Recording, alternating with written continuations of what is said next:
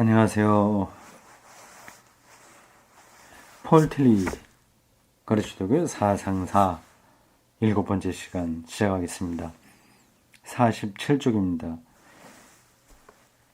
제 1장의 4번 헬레니즘 시대의 유대교 이렇게 되어 있습니다. 소제목으로 성서 중간시대 이렇게 되어 있네요. 구약과 신약 그 사이를 이야기하겠죠. 헬레니즘 시대 유대교 이것도 기독교가 자리를 잡게 된 토양이라고 할 수 있습니다. 앞에서 몇 가지 그런 토양에 대해서 이야기했어요. 카이로스 그리고 로마 제국의 보편적인 상황, 헬레니즘 그리스 철학 그리고 여러 그 철학의 학파들 그런 것들이 있고요. 자, 그리스도교 토양의 네 번째 헬레니즘 시대 유대교입니다. 우리는 이제 헬레니즘 시대의 유대 종교를 다룰 차례가 되었다. 유대 구약 성서가 끝나고 그리스도교가 출현했던 그 사이는 유대교가 그리스화하는 시기다. 유대교가 그리스화 했다고 하는 게 뭔지 제가 정확하게는 잘 모르겠습니다. 아마 이런 거 아닐까요? 구약 언어가 히브리어잖아요. 히브리어가 사화가 되죠. 별로 사람들이 사용하지 않은 언어가 됐습니다. 종교 전문가들만 그를 사용해요. 일반 유대 민중들은 히브리어를 몰랐습니다. 대신 아람어로 사용했어요. 그리고 그리스어가 그 당시에 그 주변 세계에 중심되는 언어였습니다. 그래서 구약 성서를 이제는 더 이상 히브리어가 아니라 헬라어를 사용하는 사람들. 아람어는 그 지역 아람 문화권이에요. 그 팔레스타인 중심입니다. 그리스어는 그 주변 다른 데 다 영향을 미쳤습니다. 북아프리카의 알렉산드리아 라든지 뭐 등등등등 아주 그 영역이 넓죠. 거기 디아스포라 유대인들로 살았던 사람들을 위해서 구약 성경을 헬라어로 번역했거든요. 그게 70인역입니다. 그런 거를 가르쳐서 전반적으로 그리스화 다 그렇게 이야기한 것으로 보입니다. 정확하게 모르겠어요. 이 시기에 유대교는 사도 시대의 사람들, 곧 예수와 사도들과 신약 성서 저자들에게 깊은 영향을 끼쳤던 여러 가지 사상과 태도를 창출했다. 이 성서 중간 신약 성서가 기록되기 이전 그 시대의 신관념은 철저한 초월성을 띤 방향으로 발전했다. 신플라토니즘이 영향을 미쳤으니까 당연히 초월적인 방향으로 발전하게 되는 거죠. 신이 초월성을 띠면 띨수록 동시에 신은 그로 하여금 더욱더 보편성을 띠게 된다. 그렇지만 절대적으로 초월적이면서 절대적으로 보편적인 신은 한 민족 이스라엘의 신으로서 가지고 있는 많은 구체적 특징을 잃게 된다. 민족적인 그런 특징을 넘어서야 되니까요. 초월적인 것은 보편적으로 되고 그러면 민족적인 특징을 넘어서야 된다. 그런 흐름이군요. 그렇기 때문에 신적인 것에 어떤 구체성을 부여하기 위해서 여러 표현이 도입된다.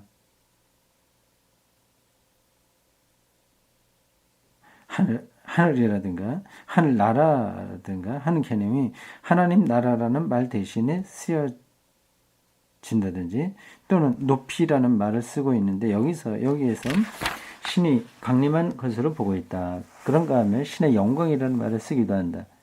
이런 것들이 다 그리스화라는 거군요. 이것은 신약성서에서 찾아볼 수 있는 단적인 복이다. 이와 함께 출상화 과정이 다시 진행되었다. 이제 그리스화라고 하는 것은 철학적 그렇게 된다는 이야기죠.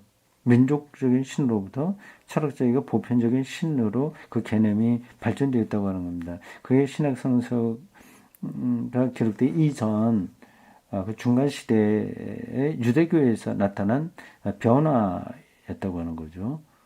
그러나 그것은 주로 두 가지 조건 아래서 이루어졌다.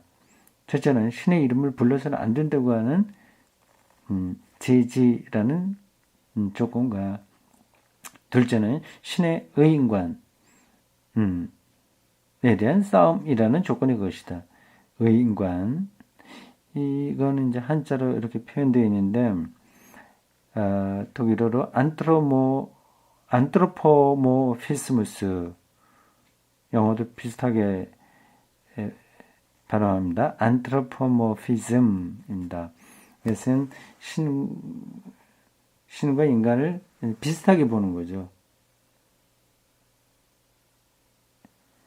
이렇게 설명이 되어 있습니다. 신을 인간의 표상으로 보는 것. 신을 인간의 표상으로 보는 것. 인간이 말을 하니까 하나님도 말한다. 이런 식입니다. 그 결과 구약 성서의 신이 가지고 있었던 격정적 성격, 노한다거나 사랑한다든가 하는 것은 사라지고 그 대신 신의 추상적인 단일성이 강조되었다.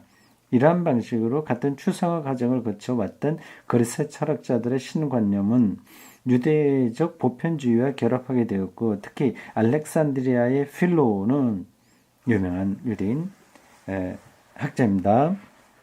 이러한 결합을 수행했던 1인자로 꼽을 수 있다. 네, 이런 것들이 기독교가 출현하게 되는 배경이라고 하는 거죠. 그 역사적 배경이죠. 제가 누누이 말씀드렸습니다만 예수도 그렇고 예수의 메시지도 그렇고 기독교 교회도 그렇고 공중에서 뚝 떨어진 게 아니라 분명한 역사적 맥락에서 출현한 거예요.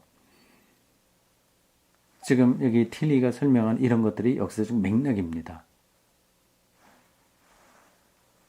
그러나 신관념의 추상화 과정의 진행에 대해서 신의 특성을 하늘이라든가 높이라든가 영광과 같은 것으로 실체화하는 것만으로는 충분하지 못하다. 신과 인간 사이를 중개하는 매개자가 나타나지 않으면 안 된다.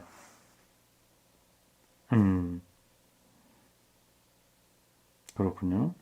구약과 신약의 중간 시대에서 경건한 종교 생활을 실천하기 위해서는 이러한 매개적 존재가 점점 더 중요한 의미를 가지게 되었다.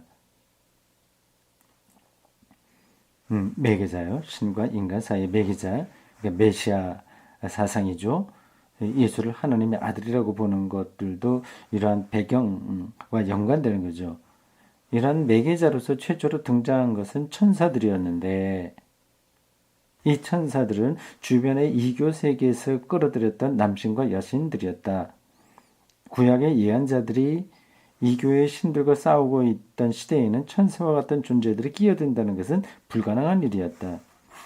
천사 사상은 유대교 정통에서라기보다도 이방의 신화에서 온 개념인 거죠. 그러면 선지자들의 이야기에는 천사 이야기가 전혀 나오지 않는다는 말인가요? 예, 그럴 것 같네요. 그렇게 듣고 보니까 그런 것 같네요. 천사는 아브라함 이야기 이런 데에서는 나오는데요.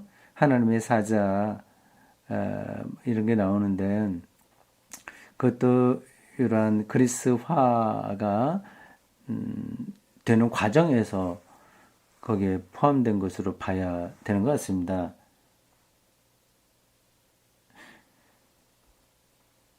그러나 후기 유대교에서 다신교의 위험성이 사라져갈 때 천사는 유일신의 신앙을 크게 위협하지 않고 등장할 수 있었다. 예, 천사가 유대교 정통은 아니지만 그러나 그게 유일신 사상이 흔들리지 않는 정도가 되니까 자연스럽게 천사 개념이 들어왔다고 하는 거죠. 그런데도 신약 성서는 다신교의 위험을 알고 있어서 천사 예배에 대한 경고를 내렸다. 이러한 매개자의 형상에 대한 두 번째 형태는 메시아였다. 메시아. 메시아란 초월적 존재며 낙원의 왕이다. 페르시아 종교의 영향을 받았던 다니엘서에는 메시아가 이 세상을 심판하는 사람의 아들, 인자라고 일컬어지고 있다. 다니엘서에서는 이 말이 아마도 이스라엘을 가리키는 것으로 생각됩니다. 그러나 후에 와서 메시아는 하늘에서 내려온 주라는 형상을 가지게 되었다. 사도 바울도 그렇게 생각하고 있다. 네, 좀 복잡하죠. 이런 것에 대한 생각을 평소에 좀 하지 않았던 분들은 도대체 지금 틸리가 무슨 얘기를 하고 있는 거야. 조금 이상하게 생각이 될 겁니다. 자칫하면 소화불량에 걸릴 수도 있어요.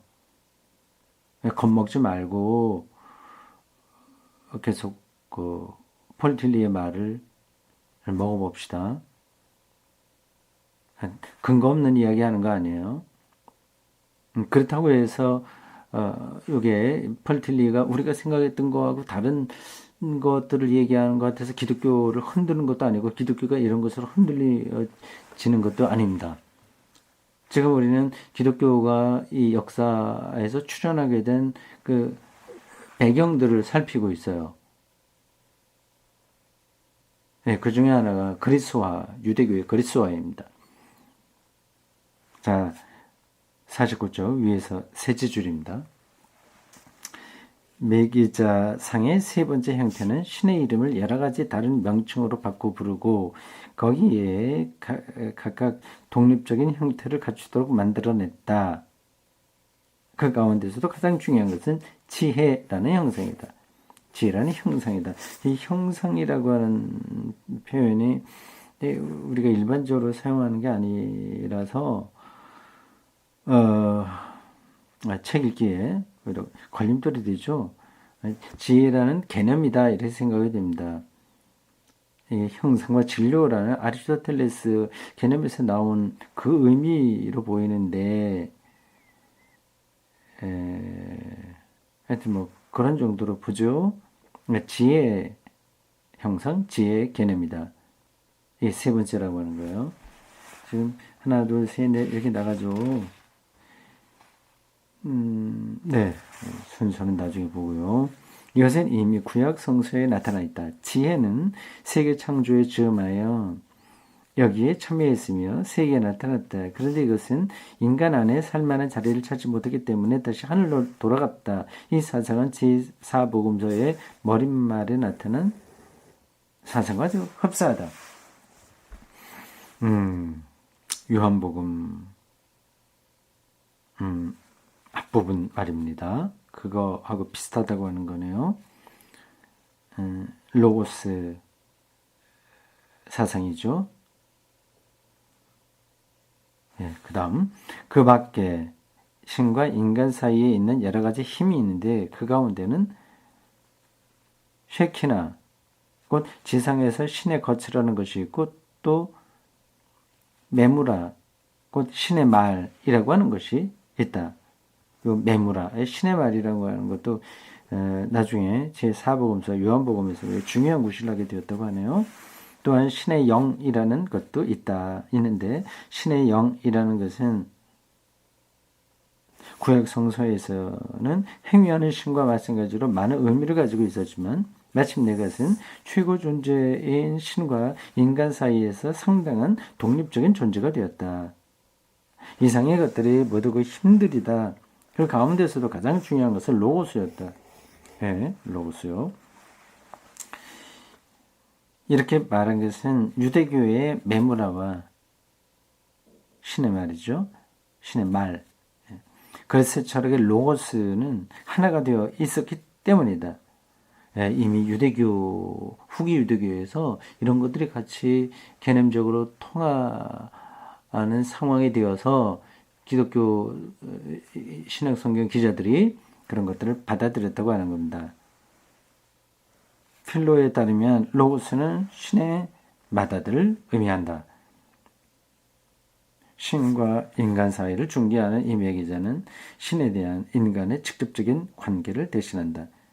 그리스도교회에서는 특히 로마 가톨릭 그리스도교회에서는 신관념이 점차 초월적인 것으로 되어갔지만 한편 이러한 초월적인 신은 실제적 종교 생활에다 성자의 개입을 끌어들임으로써 일반 사람에게 받아들여질 수 있게 되었다.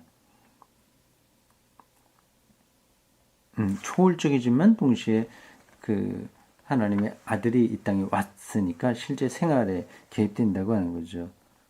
교리 그 자체는 유신교적이라고 하는 점에서는 변함이 없었다. 유신교, 유대교로부터 기독교로 넘어오는 데서 이 유신 사상은 변함이 없습니다. 말하자면 성자는 존경의 대상으로 받아들여졌을 뿐 결코 예배의 대상으로 받아들여졌던 것은 아니다. 예수님이 예배 대상은 아니었다고 하네요. 근데 이게 나중에 예배 대상으로까지 가게 되는데 그 과정에 어떤 일들이 생각의 변화가 있었던 거죠. 처음부터 예수님의 제자들이 예수님을 하나님처럼 예배하고 하지 않았습니다. 그리고 신약 성서에도 보면 예수님을 예배한 게 아니라 하나님만을 예배해야죠. 기본적으로는 그렇습니다. 그러나 그 예배에 이 예수님이 중요한 요인으로 들어오게 됩니다. 그건 조금 복잡한 얘기가 되네요.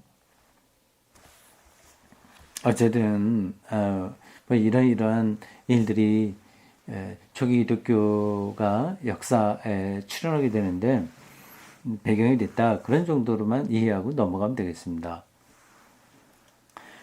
신과 인간 사이에 커다란 힘을 가진 또 하나의 존재의 영역이 있었는데 악마의 영역이 이것이다. 선한 천사가 있었는가 하면 악한 천사도 있었다. 악한 천사는 신의 인도 아래 유혹자가 되기도 하고 형벌을 집행하기도 할 뿐만 아니라 그들 스스로 신에 대항하는 힘이 되기도 했다. 이러한 사실은 예수가 악령을 쫓아냈던 일에 관련해서 신적인 힘과 악마적인 힘에 관하여 바리새파 사람들과 함께 나누던 예수의 대화에서 명백하게 드러난다. 악령에 대한 신앙은 그때의 일상생활에 널리 퍼져 있었으며 이건 동서양 막론하고 그렇습니다. 악령 얘기도 잘 이제 좀 봐달라 그런 뜻으로 경배하는 거죠. 또한 고도의 사변의 주체이기도 했다. 그렇죠. 이 세계가 이렇게 파괴되는 데는 악령이 작용한다고 하는 생각을 할 수밖에 없는 겁니다. 그러니까 도대체 그 악령이 어디서 왔냐는 그런 질문도 가능하고요. 하나님이 세상을 창조했는데 그러면 이 악마도 창조했냐? 그런 반론도 나올 수 있습니다. 이렇게 사변의 굉장히 중요한 주제가 됩니다. 이것은 그렇죠. 이원론적 요소를 지니고 있었지만 악령은 이원론적 요소를 지니고 있었지만 그 이원론은 결코 존재론적 이원론으로까지 발전하지 않았다. 그러니까 하나님 이외에 하나님과 버금가는 또 하나의 근원적인 힘이 있다고까지는 가지 않은 거죠. 그렇게 되면 유신 사상은 깨지는 거죠. 여기에서 유대교는 또다시 페르시아 종교의 악마론 데모놀로지를 포함해서 여러 가지 사상을 받아들였다.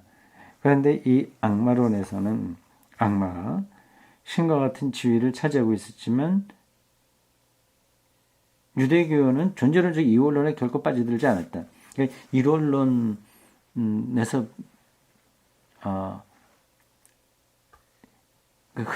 이론론이 흔들리지 않은 거죠.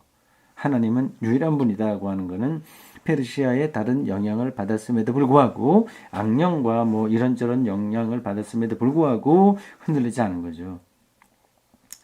유대교에서는 악마의 모든 힘도 하나님의 힘으로부터 유래한 것으로 본다. 그렇기 때문에 악마에게 독립적인 힘을 결코 인정하지 않았던 것이다. 천사의 타락이라고 하는 신화는 이 사실을 밝혀주고 있다. 악한 천사라도 신에 의해 창조된 존재로서는 선한 것이다. 선한 것이다. 하나님의 창조는 선하니까요. 그러나 다만 타락한 천사로서는 악한 것이다. 이게 모순적인 것 같지만 그걸 그냥 붙들고 있는 거예요. 유대교가 여기서 하나님 신앙을 전혀 유보하지 않았습니다. 그러기에 타락한 천사는 타락의 책임이 있음에 따라서 형벌을 면치 못하게 됩니다. 악한 천사는 단순히 반대하는 반신적인 존재의 피조물이 아니다. 하나님을 대항할 수는 없어요. 악한 천사는 단순히 반신적인 존재 피조물이 아니다. 그건 심판받아야 될 대상인 거죠. 이것이 최초의 반이교적 도구마다. 페르시아 사상이 만약에 들어와서 유대교의 이원론적인 것으로까지 자리를 잡아서 이 악과 선의 대립으로 세계를 보았다면, 그럼 이제 유대교가 완전히 이교화되는 거죠. 그렇지는 않았다. 그거 하는 거죠. 그래서 반이교적 도구마 이렇게 표현했습니다. 재밌죠?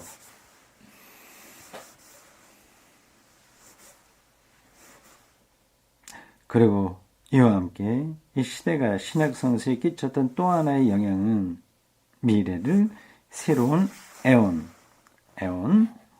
곧 새로운 시대로 높였다는 점이다. 에온이에요. 히브리어로 에온이라고 하는 겁니다. 후기 유대교의 묵시문학의 시대는 세계의 역사를 두 개의 시대, 곧 우리가 살고 있는 지금 여기서의 시대와 우리가 기대하는 와야 할 시대로 보았다. 구분해 보았다. 지금의 시대는 아주 비관적으로 평가되었으나 악하고 인간적으로 살기 힘든 그러한 것으로 평가되었으나 와야 할 시대는 열광적으로 대망하게 되었다. 그 와야 할 시대는 하나님이 직접 통치하는 때니까요. 새로운 시대의 대망은 정치적 대망에 그치는 것이 아니다. 그것은 마카베오 일가가 유대 민족을 외국의 압제에서 해방시켰던 마카베오 시대의 정치적 대망 이상하는 것이다. 유대 민족이 해방받고 세계의 인류 국가가 되는 그런 정도에 머무는 것이 아니다고 하는 거죠. 이 새로운 시대, 새로운 에온에 대한 대망은 훨씬 뛰어넘는 거다. 그죠. 그리고 그것은 예언자의 메시지에 나타난 대망과도 다르다. 이 예언자들은 여전히 유대가 잘 된다. 시오니즘에 여전히 묶여 있었습니다. 그리고 착한 사람들 잘 된다. 뭐 이런 걸 계속 붙들고 있었어요. 이 대망은 이 세상에서 역사적으로 실현되기를 바라는 대망이다. 그래서 예언자들의 메시지는 역사에서 실현되기를 바라는 거였습니다. 그래서 제가 선지자들의 그 본문을 설교할 때 늘 그렇게 말했죠. 이 이사야 예언이 실제로 달성되지는 못했다고 말이죠. 예레미야의 예언이 실현되지는 않았다. 역사에서 실현되지는 않았다고 한 겁니다. 근데 그들은 역사에서 거의 실현되리라고 기대했거든요. 그런데 이 에온, 새로운 에온에 대한 대망은 그것을 뛰어넘는다고 하는 거죠. 묵시문학적 대망, 이게 이제 새로운 에온에 대한 대망이에요. 훨씬 더 우주론적인 것이다. 말하자면 전 우주가 이 두 시대에 관여하고 있다. 지금의 시대를 지배하고 있는 악마의 세력은 자연도 지배하고 있으며, 그리고 그것은 세계와 자연의 노화와 사멸의 원인이 된다. 세상을 보면 뭐 그렇죠.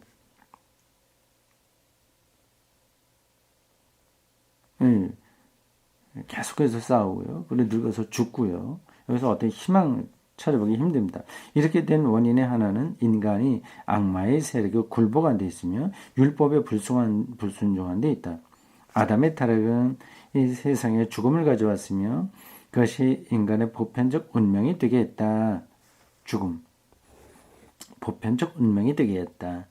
그게 이제 이 세상인 거죠. 이 사상은 창세기의 짧은 타락 설화에서 나와 하나님의 체계를 이루는 데까지 발전했는데 우리는 그것을 바울에게서 발견한다. 예, 죄에 이르게 되고 로마서에서 그런 설명이 많이 나옵니다. 모든 개인은 그 실질적인 죄를 통해서 이 타락을 확인한다. 지금의 시대는 비극적 운명 아래 놓여 있다. 그런데도 모든 인간은 이 문명에 대해서 책임을 가지고 있는 것이다.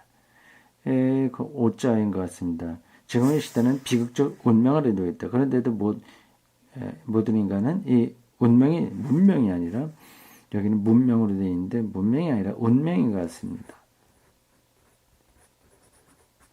에 대해서 책임을 갖고 있는 것입니다. 그런 죄의 결과로 죽음에 이르게 되었는데 그게 이제 우리 운명인데 이게 아담의 죄의 결과였어요.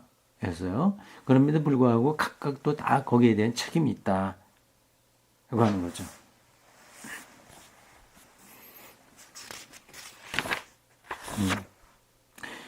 구약과 신약의 성서 중간 시대에는 율법 종교가 강화되어 부분적이지만 율법 종교가 죄의 종교를 대신하게 된다. 물론 신전은 아직도 존속했지만 예루살렘 성전이요. 했지만 그와 함께 시나고그 회당이에요. 회당 성전 예루살렘 성전과 회당의 차이는 제가 설명하지 않겠습니다.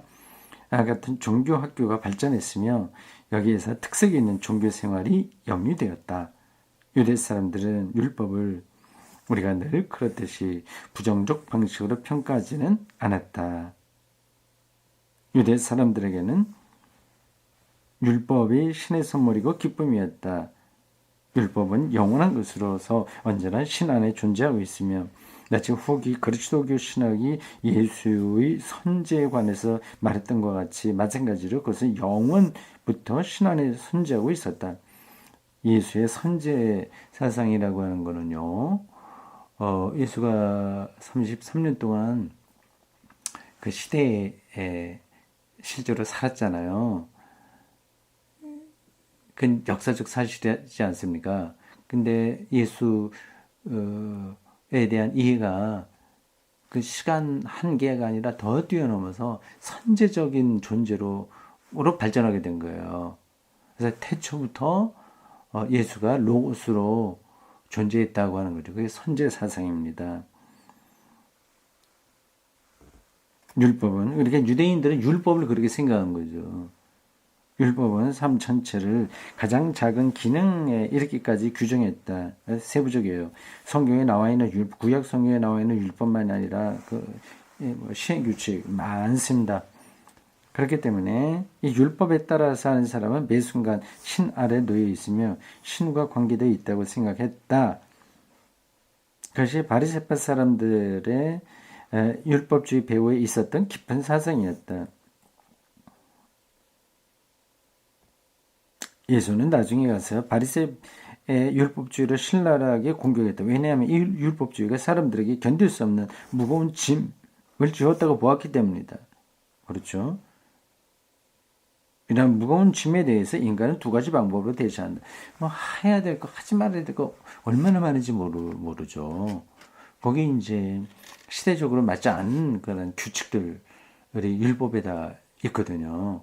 그걸 지키려고 하니까 얼마나 힘들겠습니까? 무거운 짐이죠. 두 가지 방법으로 대처합니다. 하나는 타협하는 길인데 많은 사람들이 이 길을 택했다. 적당하게 하는 거죠. 다는 못하더라도 하려고 노력하는 거죠. 이렇게 함으로써 사람들은 그 무거운 짐을 견디기 쉽게 줄이려고 하는 것이다. 조금 요령을 피우는 거죠.